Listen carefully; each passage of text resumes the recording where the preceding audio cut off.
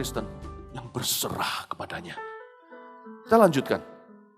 Ayat yang ke-70 berkata, ayat 69. Dan kami telah percaya dan tahu bahwa engkau adalah yang kudus dari Allah. Jawab Yesus kepada mereka, bukankah aku sendiri yang telah memilih kamu yang 12 ini? Namun seorang di antaramu adalah iblis. Yang dimaksudkannya ialah Yudas anak Simon Iskariot. Sebab dialah yang akan menyerahkan Yesus. Dia seorang di antara ke-12 murid itu. Perhatikan ayat 70. Namun seorang di antaramu adalah iblis. Yesus gak marah di sini. Dia hanya bicara. Bukankah aku yang milih kamu 12 orang. Tapi salah satunya adalah iblis. Lihat gak? Yesus gak ngotot sama sekali. Kalau ayat 70 ini, Yesus bicaranya sama sekali gak keluar uratnya di lehernya. Dia bilang, aku kan milih kalian 12 orang. Salah satunya iblis. Mungkin dengan senyum biasa. Cool. What a cool God. Saya punya Allah yang sangat keren. Dia gak pernah panik ketika badai terjadi. Tertidur malahan. Malah dia bangun bilang, kalian ini gak percaya ya. Masa mungkin saya tenggelam? What a cool God I have. Dalam Yesus saya punya Allah yang sangat keren. Dia tahu satu-satu orang akan meninggalkan dia. Dia sama sekali tidak keluar uratnya. Mau tahu maksudnya apa? Prinsip rohani di balik ini.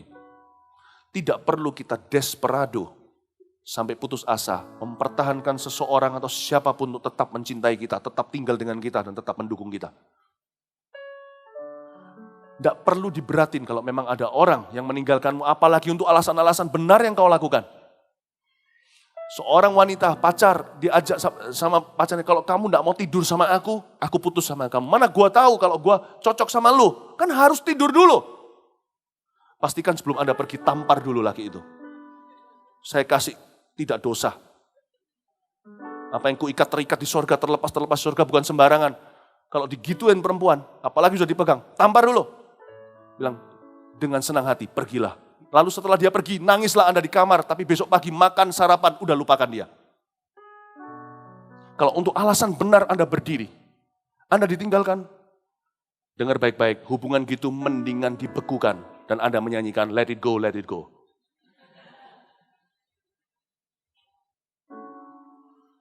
Jangan tertuduh. Ketahuilah prinsip Anda.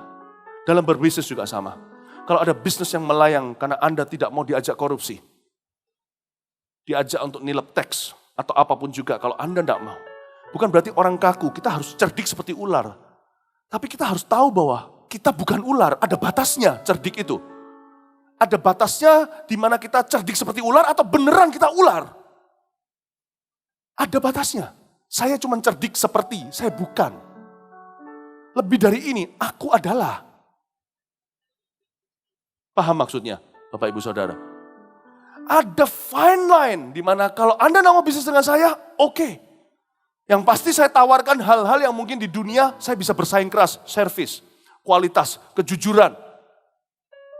Kalau Anda enggak servis saya, enggak kasih saya escort atau apa, kalau saya datang ke sini, Anda kerjasama sama partner siapa, bisnis, saya minta ke Pati Pijet plus dan sebagainya, Anda berkata, oh sorry. Aku urusan bisnisnya di bidang ini, bukan pijet-pijetan. Anda mau pijet-pijet sendiri. Paling maksimal saya bisa sediakan supir dan mobil. Anda mau ke mana, urusan Anda istilahnya. Terserah Anda, tapi saya orang Kristen. Berani berdiri.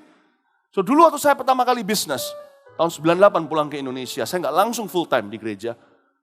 Untuk saya bisa openi sendiri atau bisa membiayai sendiri dengan keluarga. Hingga hari ini saya pergi ke luar negeri kemana-mana pelayanan. Tidak minta jemaat. Pesawat terbang, tiketnya saya beli sendiri, hotel juga. Saya nggak beratkan karena itu bukan Mawar Sharon. Saya pergi untuk Asia for Jesus, untuk apa? Kan nggak minta sama GMS yang punya juga beban begitu besar. Saya bersyukur untuk waktu-waktu itu, tapi waktu-waktu itu juga bersyukur sekali saya diajarkan sesuatu. Ada loh waktu kami kerjasama dengan orang-orang luar negeri, minta loh. Saya bilang, dalam hati, kalian tahu kualitasku tidak kalah, kalian tahu servis saya, dan kalian tahu saya punya sesuatu yang teman-temanmu, rekan-rekan bisnismu yang tidak punya. Seperti orang Kristen miliki, kejujuran. Saya tawarkan itu semua yang gak cukup, masih minta sesuatu lebih. Saya bilang, no, I'm a Christian. Kalau saya ditinggalkan gara-gara itu, terserah dia. Waktu kami ajak makan bersama-sama, saya masih ingat saya bawa anak saya. Ya, bukan 98 itu sudah kita akhirnya menikah. Saya ajak istri saya kalau saya belum menikah. Karena bisnis masih lanjut waktu itu. Saya ajak istri saya pergi makan. Sehingga kalau sudah ada istri nggak berani ngomong macam-macam. Atau kalau punya anak, bawa anaknya. Tunjukkan di depannya sebelum dimsum. Gandeng tangan istri dan anakmu, berdoa, terima kasih Tuhan untuk makanan minuman ini. Biar dia tahu Anda berdoa sebelum makan. Nggak akan kasih dia panti pijatnya. Tapi akhirnya orang tersebut minta, saya cuma minta supir dan mobil deh. Belum zamannya Grab, Uber, dan Gojek, dan segala. Ya oke. Anda sudah orang dewasa, sudah gerang kok. Masa saya harus buntutin, aku bukan mamamu, aku rekan bisnismu. Ini, saya tidak mau tahu Anda kemana. Anda bisa ke seluruh kota, mau cemplung kali, pastikan Anda bangun lagi, karena saya masih butuh Anda dalam bisnis nanti. Saya tidak kaku sama mereka, tetap diplomatis. But no is a no. No saya dengan smile, no.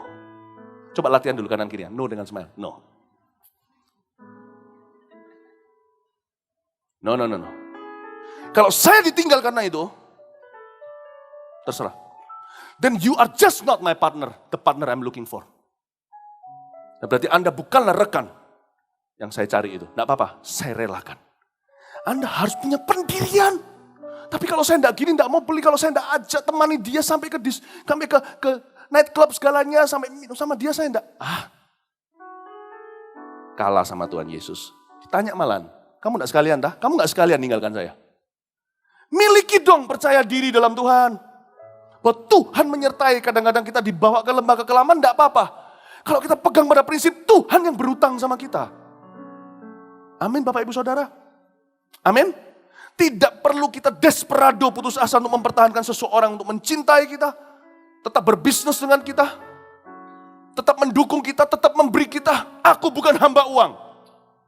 Tetap mencintai kita. No.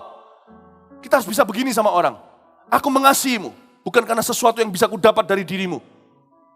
Tentunya kalau boleh milih, aku tetap mau Anda bersama denganku. Anda bersama dengan saya. Tapi kalau nggak bisa, maaf, paling saya cuma kangen sama Anda. Hidup Anda dengan atau tanpa Anda, nggak ada bedanya. Berani nggak Anda berbicara seperti itu? Kasih. Apa kira-kira maksudnya apa ketika Paulus berkata, Tuhan cukup bagiku. Kalau mau beriman, beriman sekalian. Your life, you or without you in my life, nggak ada bedanya. Sorry ya. Nggak ada bedanya. Ini bukan kesombongan, ini percaya Tuhan. Karena sumbernya di Tuhan, bukan pada diri sendiri. Nggak ada dalam hidup saya, tak ada bedanya. Lebih tepatnya, ini percaya diri yang Tuhan tambahkan. Malah justru Anda yang kasihan, nggak punya saya. Karena itu hiduplah kudus supaya Anda punya keberanian. Berkata begitu sama dunia, you without me. Kasihan deh lu. Saya ajak kita semuanya punya iman. Solid rock seperti batu karang yang teguh. Seperti itu. Tidak perlu desperado, putus asa. Kita bisa katakan pada orang-orang, I'm happy with you and I can be happy even without you. Aku bisa bahagia, saya bahagia dengan Anda, tapi saya juga bisa tetap bahagia tanpa Anda. Sorry ya. Kalau enggak, berarti saya enggak punya Tuhan. Tuhan satu orang sudah bisa menggantikan semua Anda dalam hidup saya. Itu baru arti sesungguhnya, your grace is enough for me. Kasih karuniamu cukup bagiku. Amin Bapak Ibu. Saya ajarkan Anda punya rasa aman yang tinggi supaya nanti kita enggak ketika doa berkat mengutus monster-monster ke masyarakat yang cari pengakuan. Yang akan kompromi demi untuk dapat teman, dapat jodoh, dapat bisnis, dapat rezeki, dapat gangdal, dapat deal, dapat transaksi. No. Kita royal priesthood atau imamat rajani, kita ini semuanya bangsawan di hadapan Tuhan. Kita anak-anak raja. Saya ajak kita untuk punya keyakinan dan saya ajarkan pada anak-anak muda juga sama. Jangan kompromi supaya bisa diterima, dianggap untuk sebagai bagian dari mereka. Anda harus pornografi, lihat yang mereka lihat segalanya. Kalau enggak, Anda enggak cool, enggak keren. Beritahu sama mereka yang enggak keren adalah kalian, bukan saya. Saya ajarkan sekarang ada satu prinsip terakhir dengan ini. Dibuka aja di depan sini 2 Korintus 3 ayat 18. Dan kita semua mencerminkan kemuliaan Tuhan. dengan muka yang tidak berselubung. Takdir Allah yang mulia ada atas setiap kita. Dan karena kemuliaan itu datangnya dari Tuhan yang adalah roh, maka kita diubah menjadi serupa dengan gambarnya, itu tujuan kita. Dalam kemuliaan yang semakin besar, dalam bahasa Inggrisnya from glory to glory.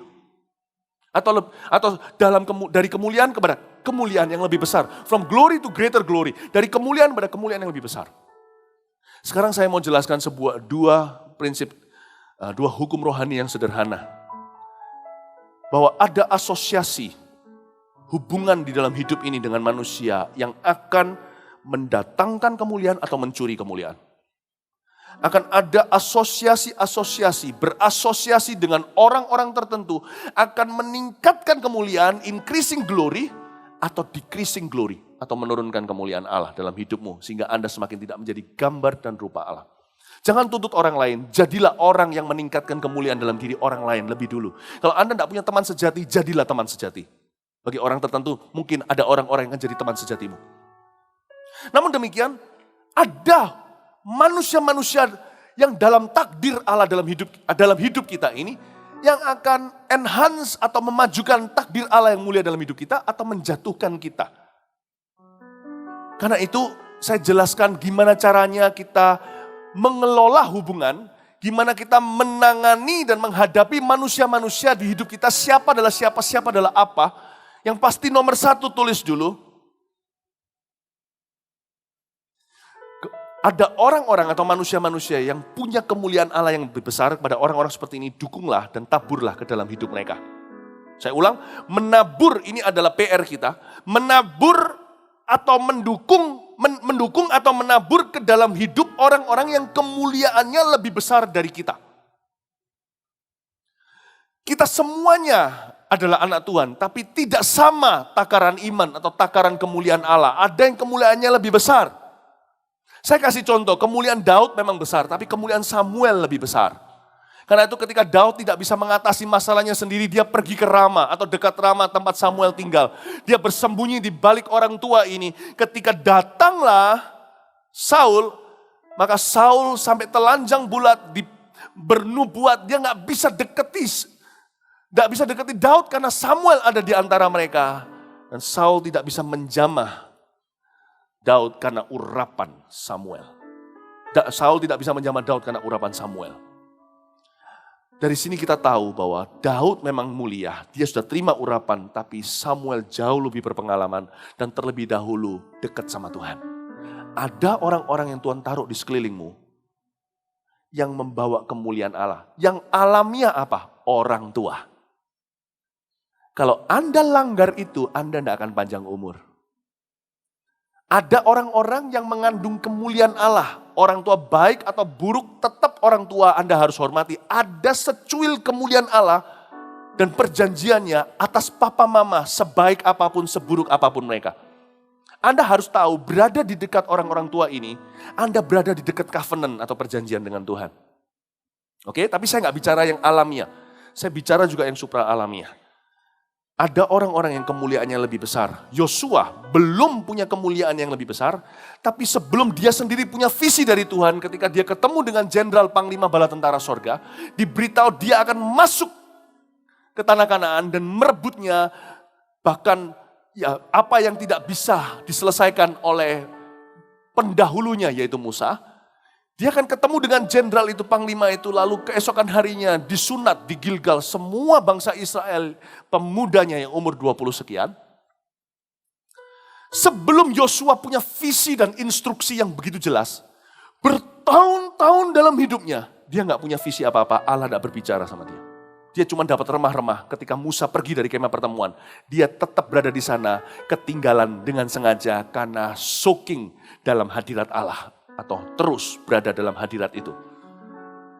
Sometimes, kadang-kadang kita gagal menilai manusia yang ada di dekat kita. Kita tergesa-gesa ingin menonjolkan diri dan punya visi sendiri. Akan ada satu waktunya, hai Bapak Ibu termasuk diriku. You will never have your own vision in your life. Anda tidak akan pernah punya visimu sendiri. Banyak anak muda tidak ngerti ini. Maunya langsung lulus. Aku lebih hebat dari papa, aku lebih hebat dari mama.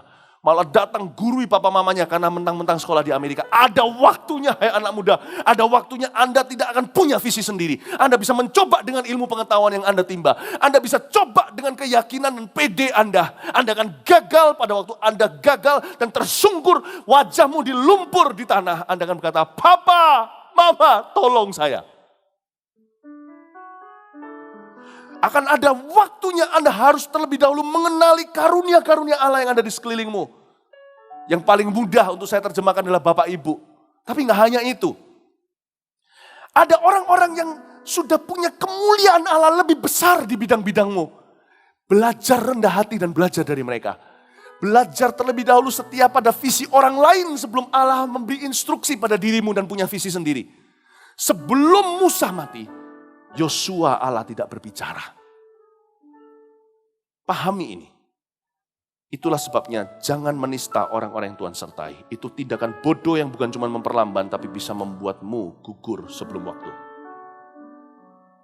Do not touch my anointed. Itulah sebabnya para pengusaha tetap datang ke gereja, nggak peduli sekonglomerat apa. Anda nggak bisa buka gereja sendiri. Karena di tempat ini ada sebuah kemuliaan, the house of God.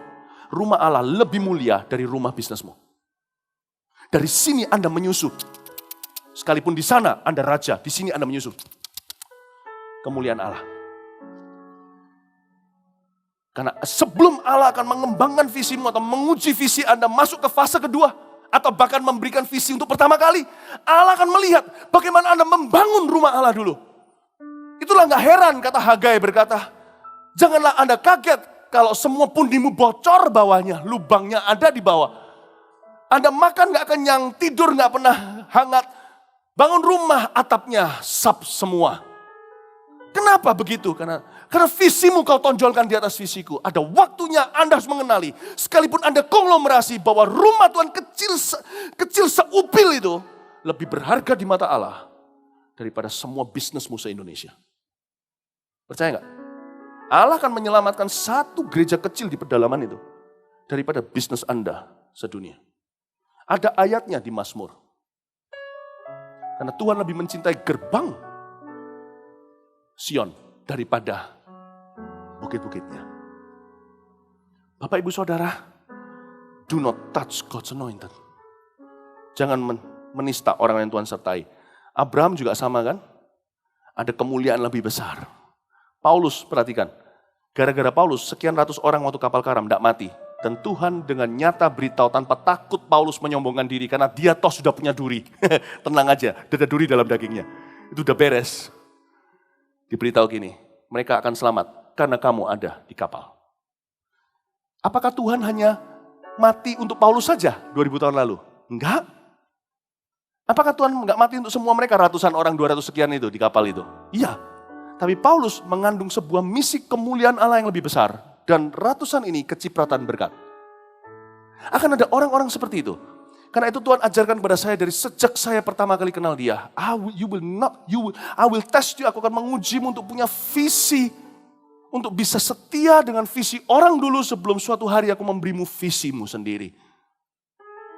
Bapak, Ibu, Saudara, menaburlah ke dalam diri orang-orang yang punya kemuliaan Allah lebih besar dalam hidupnya.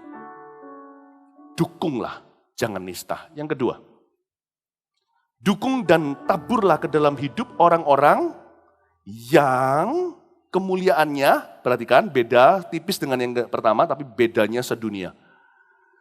Mendukung dan menabur ke dalam hidup orang-orang yang kemuliaannya akan lebih besar dari kita. Bukan yang sudah lebih besar, yang akan lebih besar dari kita. Karena itu saya sarankan, do not kill your seed. Jangan bunuh benihmu. Siapa yang mau bunuh benihnya? Saul mau bunuh Daud, itu bodoh. Karena Daud kemuliaannya jelas-jelas akan lebih besar dari Saul, sekalipun belum lebih besar. Daud masih yang ikut Adulam 400 itu, Saul udah ribuan. Tapi harusnya orang yang peka dalam roh tahu bahwa orang ini akan lebih besar dari dia. Kalau kita tahu sebuah tanah, itu nanti nilai harganya akan naik berkali-kali lipat. Tidakkah kita akan investasi? Jangan hujat tanah itu, cepat beli. yang pintar akan demikian. Itulah sebabnya salah satu gairah saya terbesar dalam hidup ini adalah melengkapi generasi berikutnya. Karena saya tahu mereka akan lebih besar kemuliaannya daripada generasi kita. Bagi saya anak muda maupun anak kecil di gereja maupun di rumah saya dimulai dari anak-anak kandung sendiri. Bahkan anak-anak Anda di gereja ini kami hargai super tinggi. Bahkan lebih hargai kalau perlu dari kebaktian umum. Mau tahu kenapa? Saya nggak mau suatu hari disangkali oleh mereka-mereka ini. Saya nggak bodoh. Sebab mereka ini akan jadi tanah-tanah yang mahal nanti. Andai kata kita tahu di Surabaya, dulu di mana? Surabaya bagian mana? Barat contohnya. Daerah situ dijual murah-murah. Tahu gitu kita beli semua ya. Sekarang berapa per meternya? Banyak orang kan berkata begitu suatu hari, generasi yang tua. Kalau mereka bodoh secara rohani, mereka berkata, tahu gitu aku nice sama mereka. Sebab suatu hari, mereka, hidupku akan di tangan mereka. Semua yang kubangun akan di tangan mereka. Semua yang telah kumulai di tangan mereka. Bahkan kalau perlu suatu hari, keputusan untuk copot selangku di ICU. Atau tetap ditahan di sana. Itu akan di tangannya anak-anak kita. Be nice to your children. Anak-anak kecil, anak-anak muda harus tutup telinga kayak begini. Supaya jangan gede kepala. Siapa lagi? Ishak dan Laban ke Yakub. Beda loh sama Yakub ke Yusuf. Coba Anda perhatikan trik-triknya, sekalipun mereka orang pilihan Tuhan, ada kesalahan. Tahu nggak, Laban udah jelas lah ya, Laban kayak gitu sama Yakub.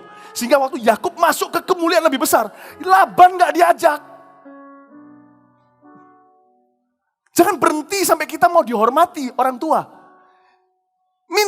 Mintalah sama Tuhan dan persiapkan dirimu untuk nggak cuma dihormati, tapi diajak masuk ke kemuliaan anak-anak Allah. Roma 8. Kemuliaan kita itu bisa berhenti sampai satu taraf. Saya juga tahu kemuliaan Allah dalam hidup saya kan berhenti sampai satu taraf sebelum saya mati. Kalau kemuliaan itu berhenti waktu saya mati, itu bukan kemuliaan Allah. Kemuliaan Allah berhenti sebelum kita mati. Perhatikan Daud sebelum sampai ke Salomo. Daud sudah berhenti dulu kemuliaan Allah, tapi nafasnya nanti masih berapa tahun lagi baru mandek. Harun juga sama, udah berhenti dulu, dia naik itu dicopot jubahnya. Saya tahu setiap kita, sesukses apapun di bidang apapun, satu waktu kemuliaan Allah akan berhenti bertumbuh. Hidup kita, tapi nggak sekarang, nanti. Dan kita masih hidup berapa tahun? Saya nggak mau waktu itu saya stagnan. Saya ingin diajak oleh orang-orang yang lebih muda yang saya sudah investasikan hidup saya dulu. Waktu itu saya akan dibawa masuk dalam sumur mereka ketika sumur saya udah berhenti airnya. Ingat, Yakub sekalipun masih patriark atau menjadi tetap tua-tua Israel, sebelum Yusuf gimana? Yakub sudah mengalami kelaparan, dia sudah ngos-ngosan. Tapi untungnya Yakub nice sama Yusuf. Yusuf tahu bukan karena Yakub itu bersalah sama dia. Yusuf mengerti Yakub bukan sengaja. Dia ditipu sama koko-kokonya yang bilang Yusuf sudah mati meninggal dunia. Dimakan binatang serigala. Sehingga ketika Yakub tahu Yusuf masih hidup, Yusuf tahu papanya masih hidup, langsung dibawa ke Goshen. Yakub mengalami afterglow atau lampu setelah dimatikan masih ada sisa cahayanya. Dan dia masuk dalam kemuliaan anaknya, penerusnya. Di Goshen, dia melihat pekerjaan Allah, dia melihat pekerjaan Yusuf. Dan dia diangkat oleh Yusuf demikian rupa. Sampai Firaun pun tunduk sama Yakub dan berkata, Anda adalah orang tua yang diberkati karena anakmu dipakai sekali. Semacam itu. Lain cerita, moyangnya. Itu kan Yusuf terhadap Yakub. Yakub tidak demikian sama Laban. Dan lebih juga nggak demikian sama Ishak. Karena Ishak meratapi berkat turun atas Yakub.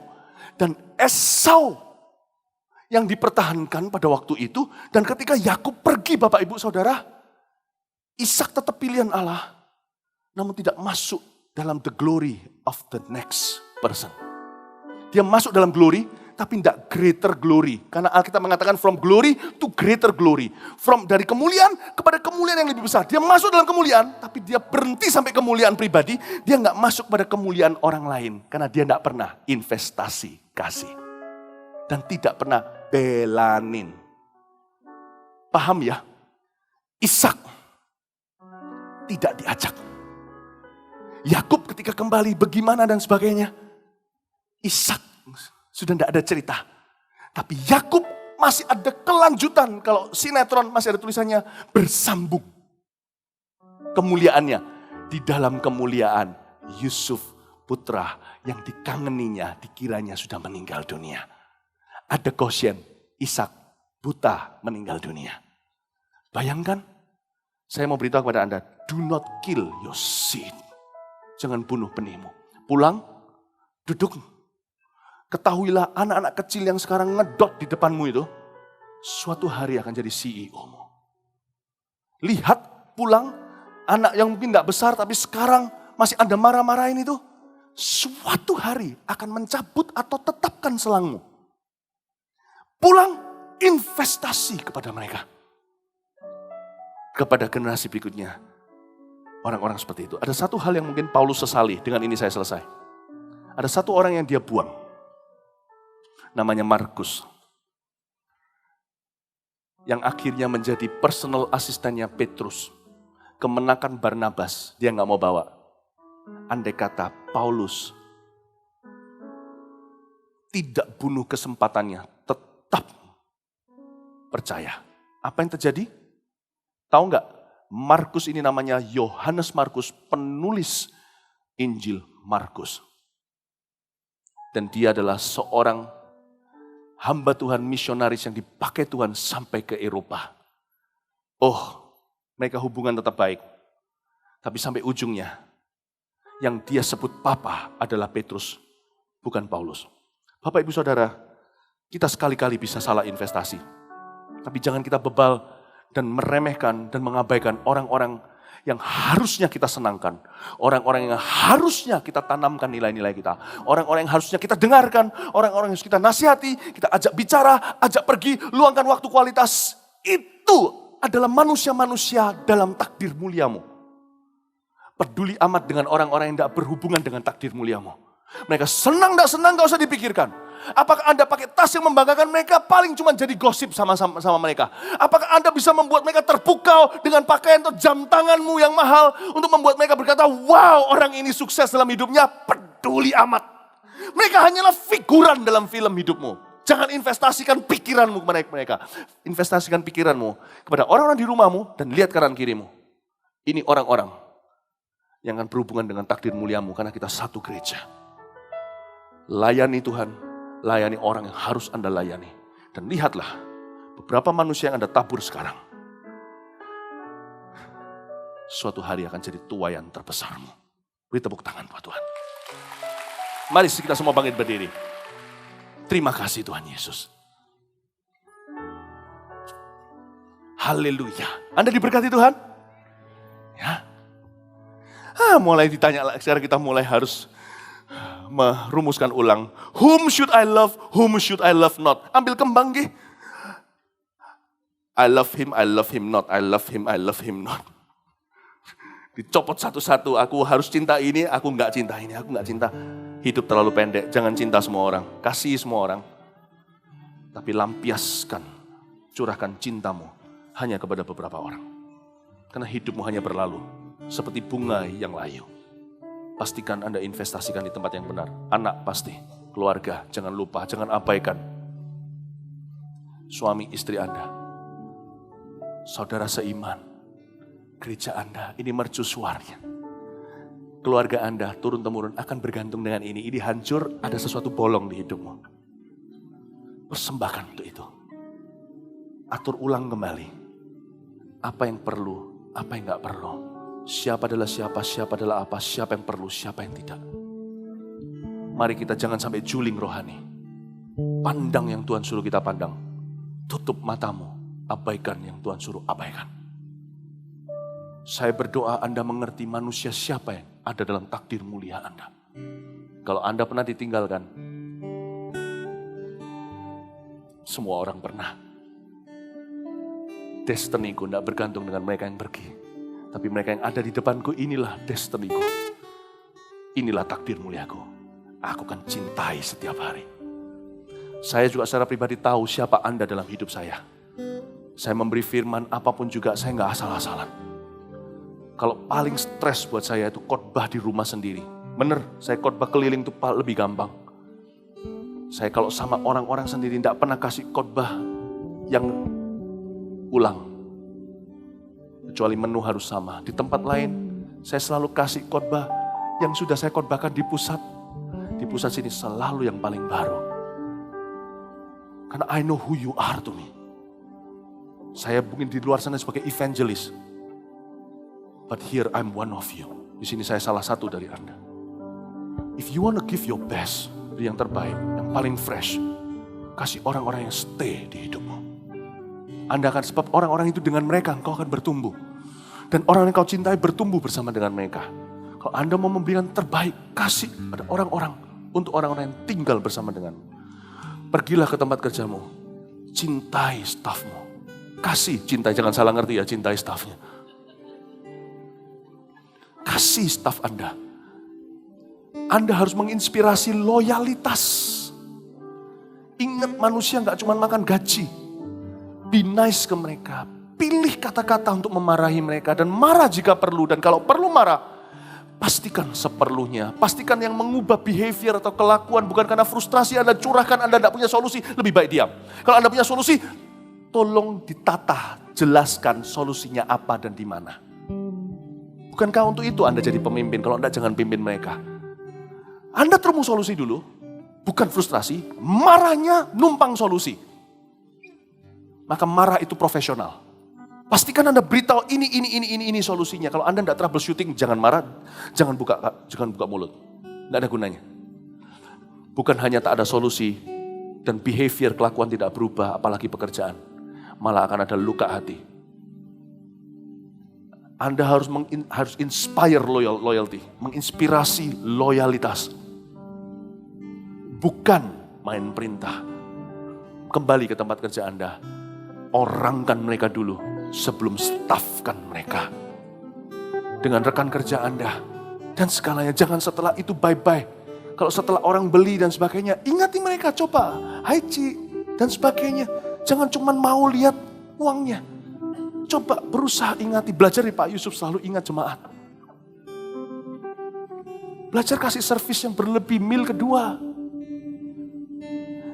Kadang-kadang kalau orang tidak butuh apa, Anda datang sekalipun dia sudah bayar. Apa yang bisa saya bantu segalanya. Orang Kristen harus begitu.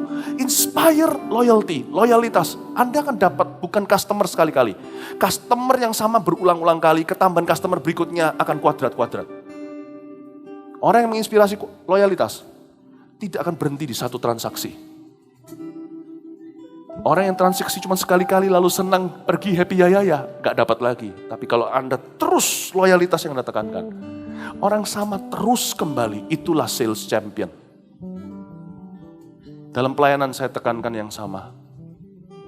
Hubungan dengan jemaat adalah loyalitas. Hingga hari ini kalau saya buka mulut, semua pada berbondong-bondong melakukan atau datang. This relationship is everything to me. Hubungan ini luar biasa bagi saya. Jadilah seorang yang ngerti bagaimana memperlakukan manusia. Manajemen tertinggi bukan uang, manajemen tertinggi bukan waktu, manajemen tertinggi adalah manusia. Kalau Anda bisa lulus ini, yang lainnya gampang. Saya berdoa supaya kita semua people champion di sini. Gereja Mawar Syariah adalah nomor 1 ya jemaatnya. Haleluya. Nyanyi satu lagu. Ku berikan semua yang berharga, semua yang mulia, semua yang terbaik dari hidupku. Hanyalah bagimu, hanyalah untuk, hanyalah bagi kemuliaanmu.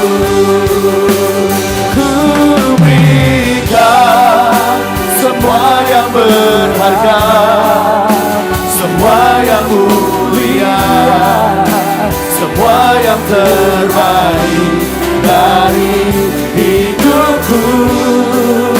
Hanyalah bagimu, hanyalah untuk, hanyalah bagi kemuliaanmu.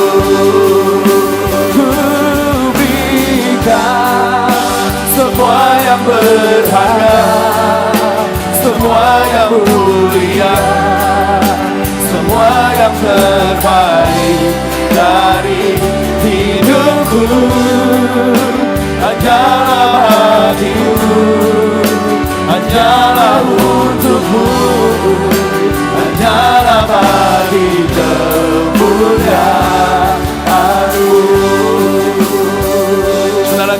terima doa berkat. Ibadah berikutnya saya tidak akan khotbah live, tapi kebaktian 2 akan ditayangkan, jadi Anda tidak perlu repeat. Sebentar lagi kita akan terima doa berkat. Bagi Anda yang punya kebutuhan untuk dilayani, untuk didoakan, jangan memandang 1-2 manusia. Anda bisa maju bawa barang pribadi nanti setelah doa berkat.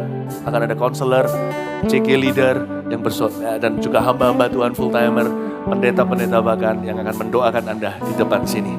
Tuhan mengasihi Anda, jadilah people champion, kasihlah sesamamu manusia seperti dirimu sendiri.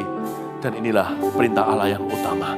Mari kita angkat tangan kita sama-sama nyanyikan sekali lagi. Ku berikan semua yang berharga, semua yang mulia, semua yang terbaik dari hidupku, hanyalah bagimu, hanyalah untukmu, hanyalah bagi kemuliaanmu. Dan ku berikan semua yang berharga, semua yang mulia, semua yang terbaik dari hidupku, hanyalah bagimu, hanyalah untukku, hanyalah bagi kemuliaanmu. Semua yang berharga, semua yang mulia, semua yang terbaik dari hidupku, hanyalah bagimu, hanyalah untukku, hanyalah bagi kemuliaanmu. terimalah berkat dari Allah Bapa, kasih setia dari Tuhan Yesus, pengurapan dari Roh Kudus menyertai-Mu. Dan mulai hari ini Tuhan memberimu mata rohani yang dicelikan untuk bisa melihat siapa adalah siapa adalah apa dalam hidup ini. Dan kasihlah Tuhan Allahmu dengan segenap hati dan kekuatan dan hidupmu. Kasihlah sesama manusia seperti dirimu sendiri. Dan semua atas 2 perintah ini, perintah utama, bergantung semua kita para nabi. Terima kasih Tuhan Yesus. Pulang ya Tuhan, jadikan setiap orang people champion-championmu ya Tuhan. Supaya kami semua hari ini tidak frustrasi lagi. Kami damai sejahtera di hati. Kami aman diri tahu bahwa Allah Bapa kami selalu menerima kami kapanpun dan dimanapun. Terima kasih untuk kasih. Thank you for love. Dalam nama Yesus. Amin. Good night. God bless you.